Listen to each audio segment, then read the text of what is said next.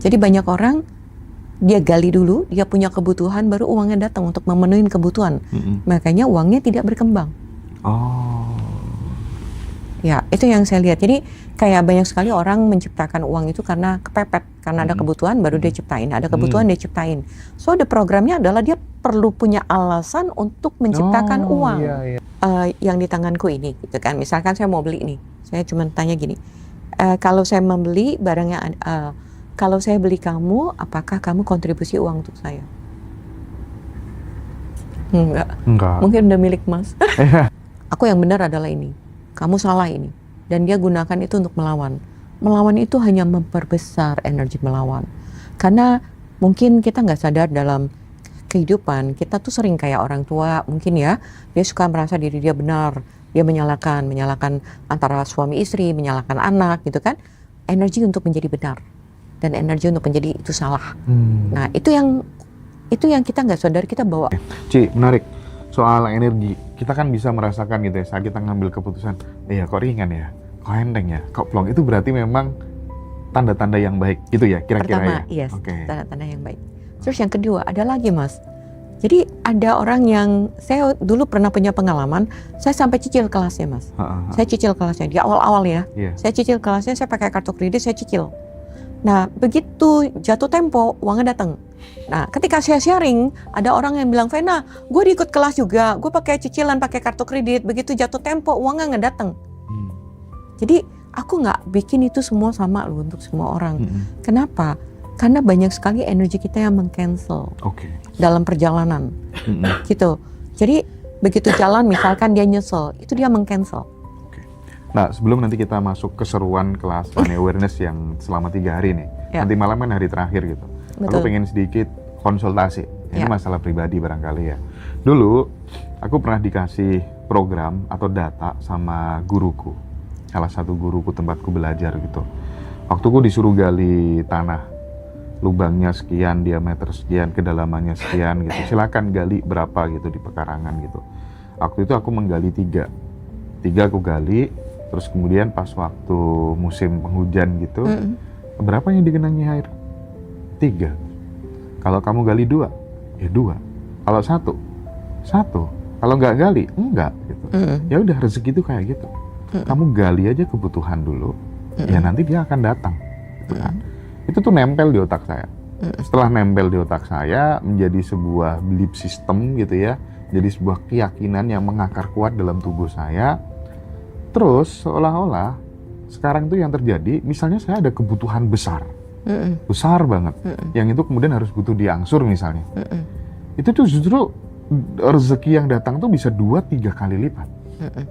Dan itu menjadi pola dalam hidup saya gitu. Nah, saya ingin Coach Vena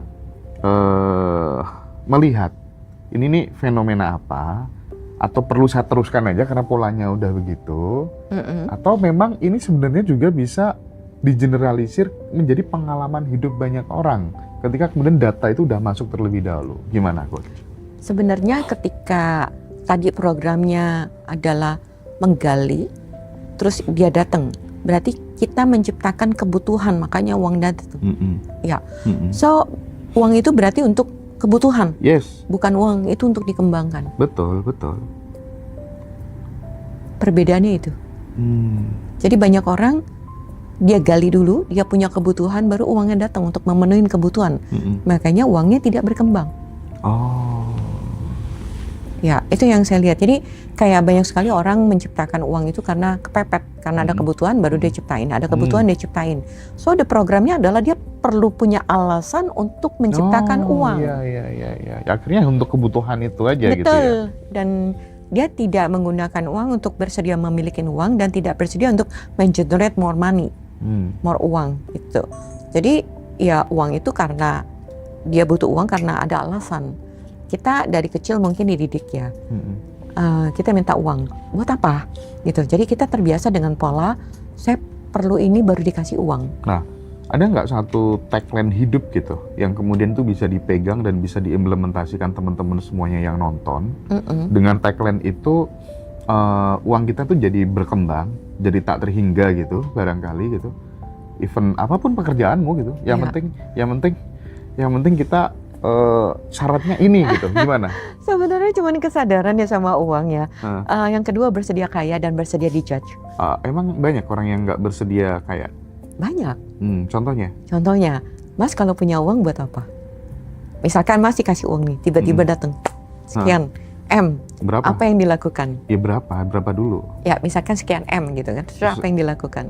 Iya langsung lah, beli rumah di tempat yang aku idealkan gitu, aku impikan. Beli rumah langsung atau kalau nggak gitu, kalau misalnya 50 miliar gitu ya langsung taruh ke reksadana, ya udah setelah itu aku nikmatin penghasilannya tiap bulan gitu. Ya, Habib, lu kalau dapet duit langsung diapain Bib? Langsung mendadak nih dapat lotre misalkan gitu ya, uang gede gitu. Ini kan kita seandainya begitu kamu dapat uang yang di luar daripada logika kamu bagaimana memanage, apa yang terjadi?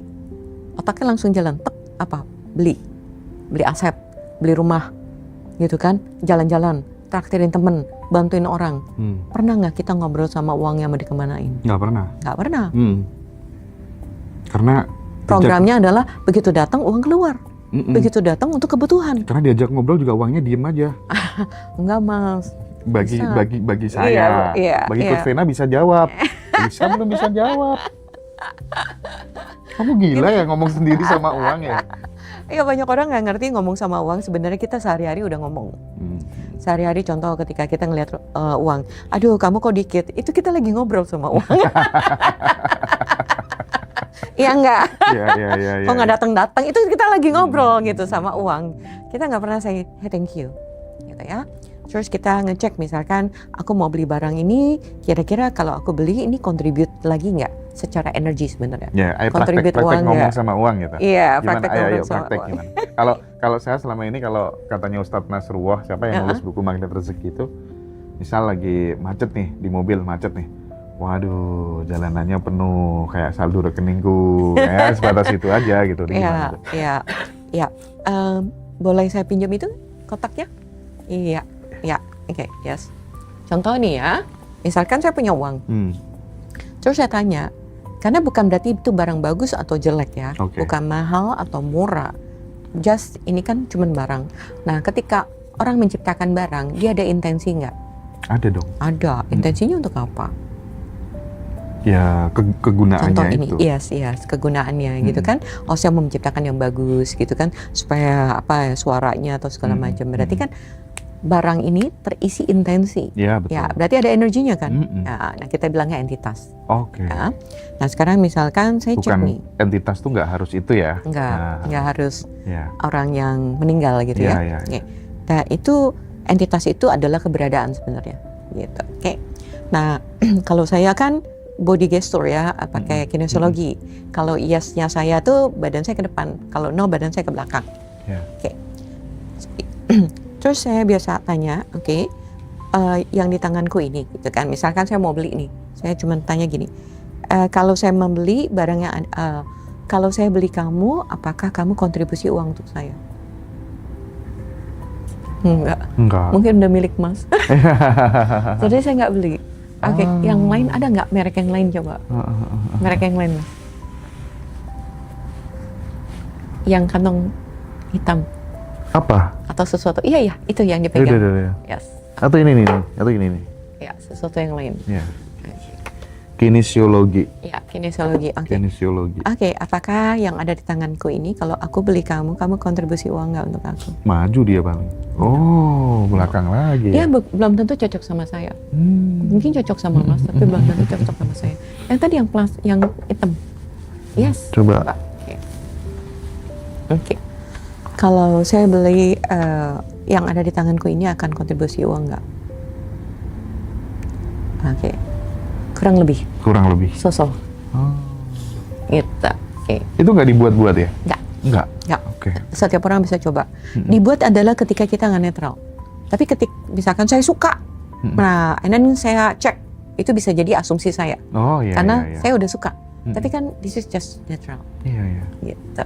Bukan suka atau enggak. Nah, ya dari kinesiologi itu lama-lama bisa kayak langsung lebih cepat. Kayak misalnya kalau kita ngomong kinesiologi gitu ya, apakah namamu adalah Tukul misalnya? Langsung mudah sekali kan? Iya. Ya kan? Namamu Hendra, Yes. Jauh beda dari itu ya. Betul, sama. Ini juga begini.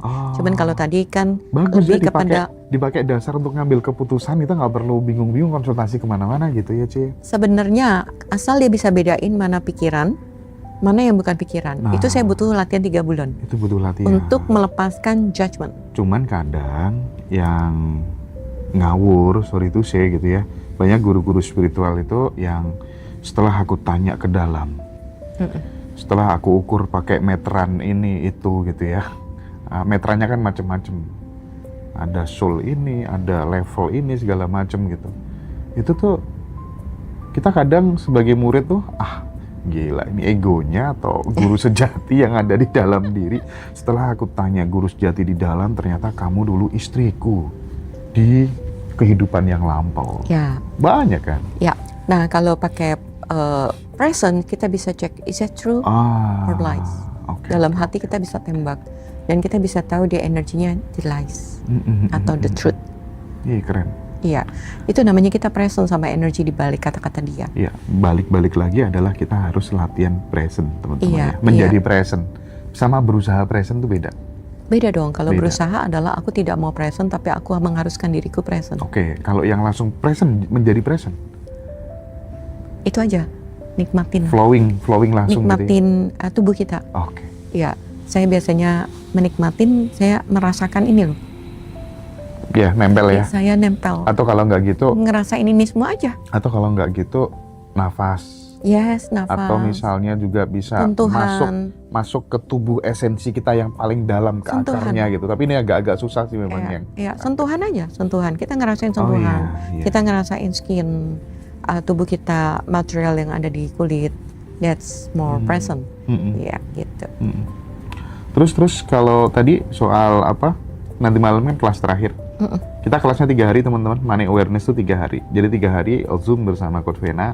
Teman-teman hanya bayar 799.000 aja, udah include sama record ya.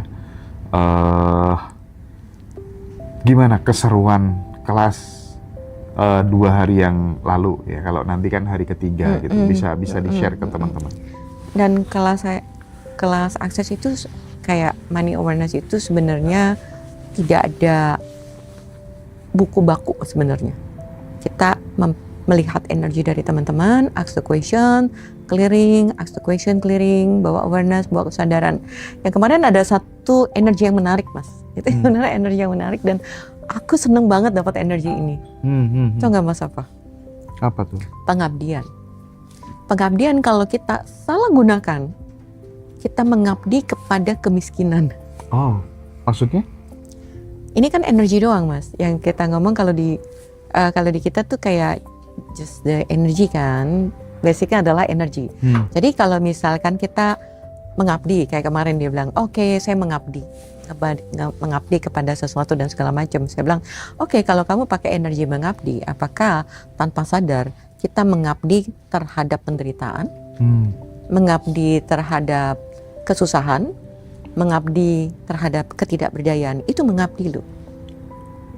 Kita sadar nggak kalau kita menjadi budak dan mengabdi, patuh tunduk terhadap kemiskinan.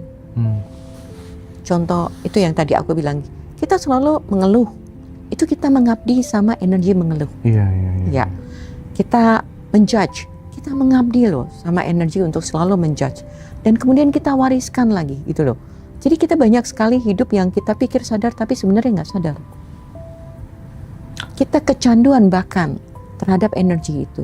Kita patuh tunduk mengabdi pada energi itu, mempertahankan energi itu gitu. Ya itu energi yang semalam. Kelas yang kemarin. Dan buat saya itu dapatin asik. Makanya semakin aware seseorang, itu dia hanya akan berpikir, berkata sesuatu yang ingin terjadi di dalam hidupnya. Gitu. Dia memilih, yes. Ya, memilih. Yes, dia memilih.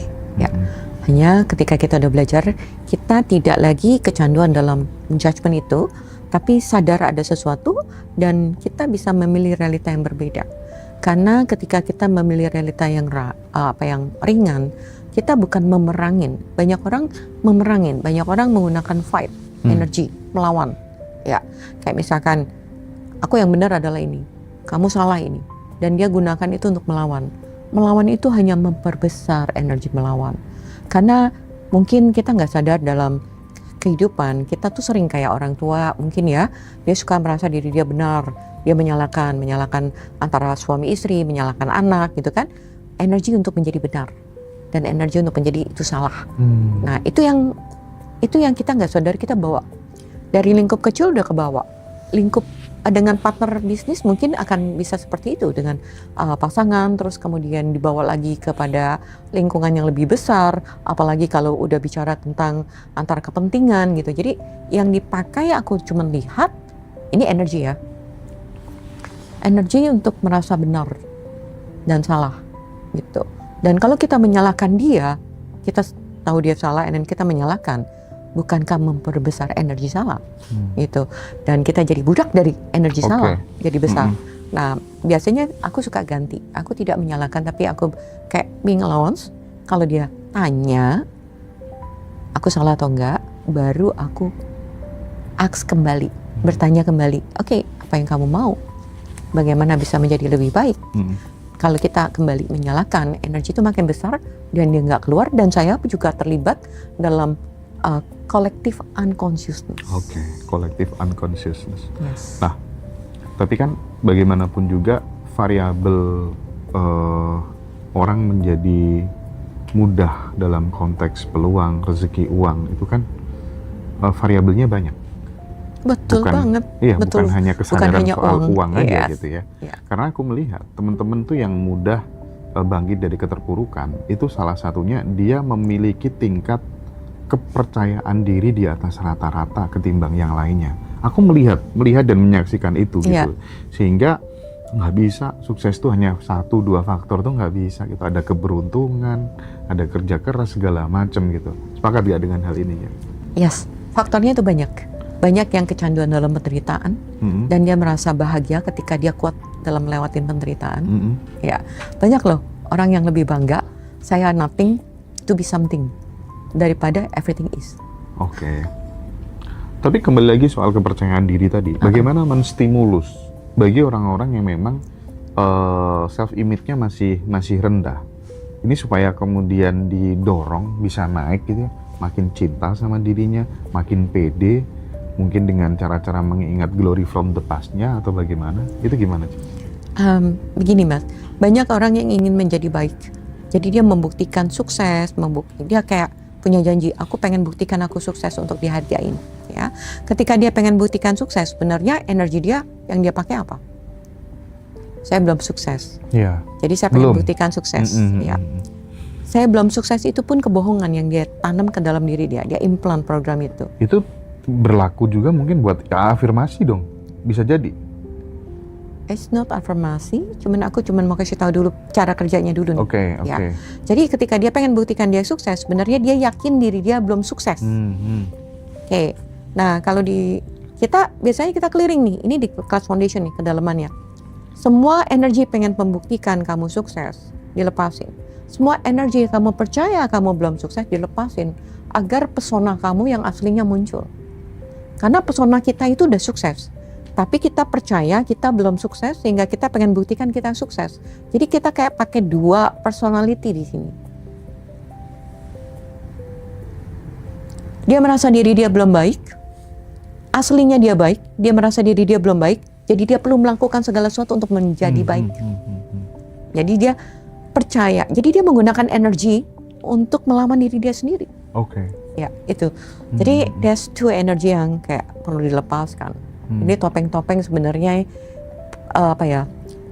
pribadi atau image yang ditampilkan, tapi bukan pesonanya dia. Oh iya. Iya gitu.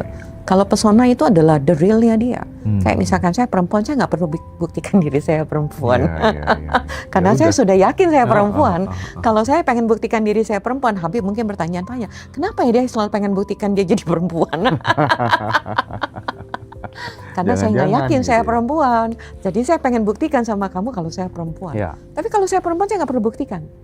Ya. Terus secara lebih spesifik obrolan kepada uang tadi, karena uang juga entitas, gitu ya. misalnya yang dilakukan sama Civena sehari-hari gitu, kalau ngobrol sama uang, nah itu tuh gimana? Misalnya waktu mau ngelepas atau baru dapat uang, kalau tadi kan secara kinesiologi misalnya mau beli sesuatu gitu, nah kalau obrolan sendiri dengan uangnya gimana? Oke, banyak orang yang terima uang tuh cuman kayak terima transfer, oh iya udah dapat dari sini terima kasih. Tapi kalau aku receive energinya, bukan tentang jumlah uangnya tapi receiving the energy of money. Oke, kita perlu kenal dulu energy of money, bukan dari apa kata saya, tapi kamu perlu ngerasain dulu di tubuh kamu. Oke. Ya. Dirasain dulu gitu ya? Iya. Wow. Kita nggak pernah loh kayak gitu. Iya. Ya udah terima aja. Gitu. Iya kan biasanya orang cuma oh thank you, say gratitude. Ya nggak ngerasain dulu energi. Aku bahkan nggak thank you-an.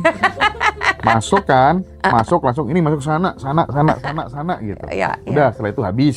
Ya. Nanti lagi gini gitu aja. Tanpa thank you, tanpa ngerasain energi gitu aja. Jadi walaupun itu masuk dalam bentuk rekening, tapi ngerasain entitas energi dari uang itu sendiri sama hidup aku. Nah, setelah ngerasain, nggak usah ngomong bersyukur, itu udah otomatis. Oke. Ya, jadi bukan bersyukur yang fake yang dari kata-kata, karena dulu saya ngucap cuma dari kata-kata. Iya. Puji Tuhan. Iya, terima kasih gitu kan. Oke, ketika ngerasain getaran, itu udah otomatis mas. Kayak thank you-nya itu udah muncul sendiri, bukan dari kata-kata. Bahkan nggak pakai kata-kata kalau saya. Energi besar, expand, that's a gratitude. Terus like kayak cuman kayak dilempar bagaimana bisa semuanya lebih baik. Semuanya itu termasuk saya, termasuk energi uang itu sendiri, dan termasuk orang yang memberi. Ya, jadi bagaimana itu semuanya jadi lebih baik. Jadi kayak kita lagi kayak blessing all the people yang kirim kita uang, gitu ya. Terus bagaimana itu bisa menjadi kebaikan buat semuanya. Bagaimana itu bisa jadi lebih baik.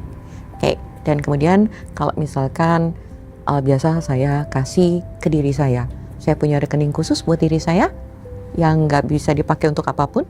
Saya cuman thank you Vena, kamu telah bekerja, thank you for my body, thank you for everything. Saya memberikan ucapan terima kasih kepada diri saya. Jadi kalau Mas lihat, saya suka transfer ke rekening saya yang satu lagi dengan tulisan I love you, thank you.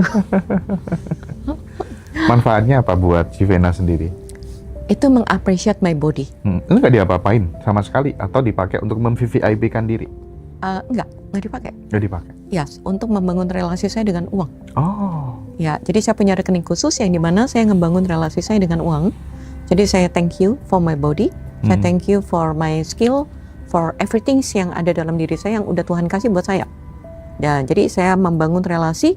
This is about thank you for my body for everything. Jadi nggak saya pakai gitu loh. Banyak orang kan, oke, 10% atau something adalah aku pergi gym gitu kan, atau pergi traveling atau apa. I just appreciate my body. Gitu, untuk membina kedekatan saya dengan uang. Getaran body saya dengan getaran uang itu sendiri gitu. Nah, baru deh. Jadi yang pertama adalah appreciate myself karena tubuh saya yang kerja. Saya punya knowledge, saya punya skill, saya appreciate untuk semuanya, dan terima kasih untuk semua yang datang. Terus kemudian sebelum saya misalkan transfer ini untuk bayar kayak tagihan atau apa segala macam, saya cuma bilang oke, so thank you. Misalkan saya mau bayar untuk listrik gitu kan ya, saya cuma bilang terima kasih ketika saya memberikan energi ini atau uang ini. Seberapa banyak uang ini berkontribusi untuk lebih banyak orang lagi. Karena kan ada orang yang di PLN yang kerja, mereka punya keluarga, mereka punya apa, dan saya mendapat kemudahan dari fasilitas yang ketika saya tukarkan dengan uang. Gitu. Jadi setiap uang yang saya gunakan itu memfasilitasin kemudahan dalam hidup saya, dan saya thank you for everything. Oke, itu bentuk-bentuk yang saya nggak bilang, saya keluarin kamu, money back. No, I appreciate karena saya tukar dengan kemudahan. Sebenarnya uang kan alat untuk kemudahan kita kan. Iya. Ya, kita mudah naik kendaraan, kita tukar dengan uang gitu kan, jasanya, bensinnya dan segala macam. Jadi everything is not about tentang uang aja. Okay. Kita lupa mengappreciate semua kemudahan yang kita dapat dengan uang. Keren. Yes. Ini sebuah perspektif baru mungkin yang bisa dipraktikkan ya teman-teman, dan mungkin teman-teman akan penasaran juga caranya kalau misalnya pengen jumpa dengan Coach Vena secara langsung offline. nanti hubungi CS Ngadiroso ya, nanti akan dipandu misalnya mau di terapi bars dan lain-lain gitu ya. Oke, nah aku pengen masuk ke sesi yang terakhir, ini agak seru lagi ya. Tadi ngobrol dengan uang, terus cara detail memberikan apresiasi ke tubuh karena sudah bekerja, termasuk orang-orang yang menunjang, fasilitas kita bisa lancar dalam urusan pekerjaan tuh detail banget, disentuh gitu ya, diperhatikan gitu. Nah, beda sama aku gitu ya. Tapi makanya sekarang belajar kan, ketemu sama beliau langsung, dan teman-teman mungkin juga dapat aha gitu kan. Nah, tentang ini, ternyata di Access Consciousness itu ternyata juga kalau nggak salah tuh ada pertukaran energi saat hubungan seks. Nah, aku pengen bicara tentang hal ini gitu. Apa itu ada kaitannya juga dengan kemudahan-kemudahan hidup yang kita jalani, atau bisa menjadi hambatan, dan apa yang perlu kita perhatikan secara lebih mendalam? Oke, so seks di dalam realita ini boleh nggak sih kalau di ini kata-kata bahasa itu ya? Boleh, sikat aja. Seks dalam realita ini orang pikir copulation. Sebenarnya seks itu adalah energy creation. Creation ya? Yes, energy creation gitu ya. Jadi energy create sebenarnya, kurang lebih gitu. Energy enjoy the body gitu kan, enjoy our body, enjoy ketika kita makan makanan yang bikin orgasm. Jadi bahasanya memang cukup unik ya kalau di Access, is not like umum gitu. Jadi kita bisa seks dengan everything, yang kalau kamu dengar everything maksudnya adalah you enjoy the food, you doing sex with the food. Bertukar energi kan? Ya tadi I receiving money, I'm sex with money. Bertukar energi dengan money. Kita bisa seks dengan segala sesuatu.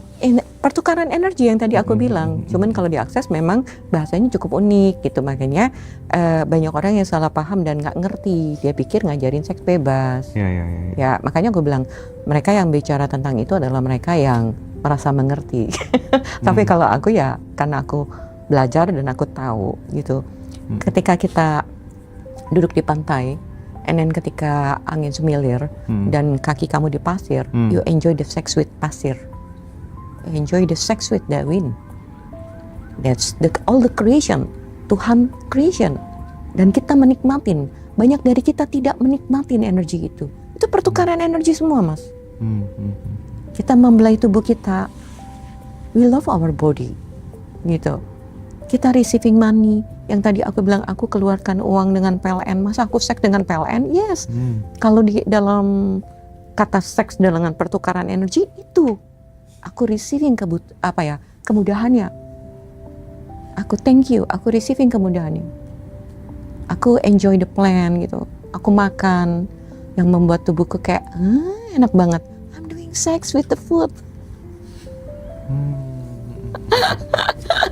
Oke. Nah, gimana kalau diarahkan ke yang seks dengan pasangan? Kalau apakah kan ada beberapa orang yang ngajarin juga pada saat kemudian orgasme itu justru kemudian momentum yang paling pas terbukanya reticular activating system untuk memasukkan program di bawah sadar. Ketawa sendiri gimana? Oke. Kalau buat aku when you enjoy with everything, that's your expand. Sebenarnya ketika kita menikmati, energi kita expand. Dan ketika energi kita expand, kita bisa minta bagaimana aku bisa lebih baik dari ini. Cuman itu sebenarnya, Mas. Nggak perlu yang melakukan seperti itu. Misalkan ya, aku makan nih, terus bikin yang enak banget gitu makanannya gitu. Terus gimana bisa lebih baik? You lagi minta lebih baik lagi. Jadi hidup kamu penuh dengan yang asik gitu loh sebenarnya. Sesimpel itu. Ya. Jadi kita tinggal pilih aja gitu ya. Kita tinggal kayak lebih asik. Misalkan saya waktu itu di Aussie minta Grab. Terus datangnya tuh kayak Tesla gitu. Terus mobilnya kan keren waktu itu yang baru keluaran baru. Terus begitu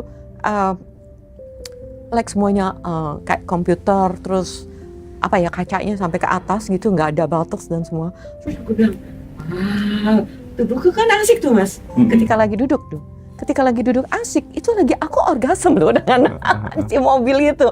Aku lagi seks dengan that mobil. Ada juga bilang, gimana lebih baik lagi daripada ini. Akhirnya aku sering mendapatkan pengalaman atau pertukaran energi yang makin asik. Karena aku minta dari energi itu. ya. Jadi nggak perlu contracts. Karena ketika lagi orgasme dengan pasangan, itu sebenarnya orgasme yang contracts, bukan orgasme yang expans. Karena kamu perlu kontrak untuk expans. Kalau ini dengan food, dengan tanaman, dengan hewan, energi kamu expans. Sesimpel itu. Tinggal minta aja ya, tinggal minta aja, ketika tinggal pilih. kamu lagi menikmatin itu, langsung minta gimana lebih baik lagi, gimana aku punya experience yang lebih lagi, seperti itu. Itu tuh bisa batin gak harus lisan. Batin dong, ya, Mas. Masa kita ngomong. Iya. Tapi kadang-kadang kita ekspresi, aku suka ngomong gitu. Ya, dan kalau di pelajaran di Akses tentang seks, kita nggak langsung like go to the bed with anyone, karena bisa jadi if you are sexual healer, kamu menukar energi uang untuk itu. Jadi kamu nggak akan punya uang untuk dia, gitu, untuk sekitar selama 3 bulan. Cuman satu kejadian, kamu menukar untuk tidak punya uang.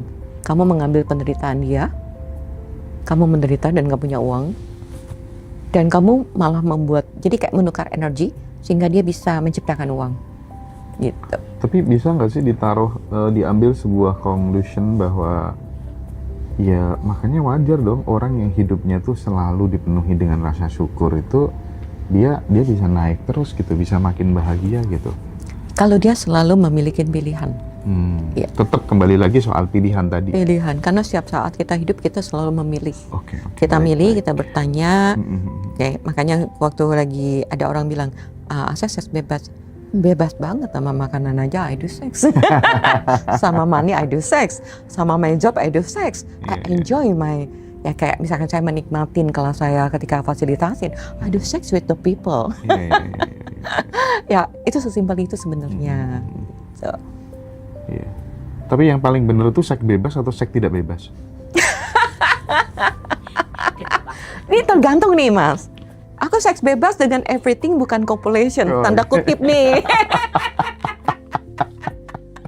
Maksudnya bukan copulation terhadap pria dan wanita doang. Jadi bukan sekecil itu, kita hidup tuh nggak sekecil itu. Ini dari money sampai ke seks. Iya. Oke ya, teman-teman. Jadi kelas Money Awareness 3 hari berturut-turut ya. Enjoy the sex with money.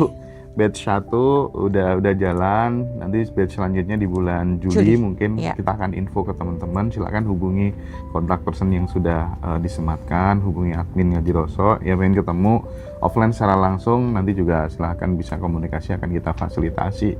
Terima kasih banyak Coach Vena atas waktunya, seru sekali perspektifnya hari ini dari money menuju seks. Kayaknya seks Mas lebih bergairah gitu kayaknya. Thank you semuanya.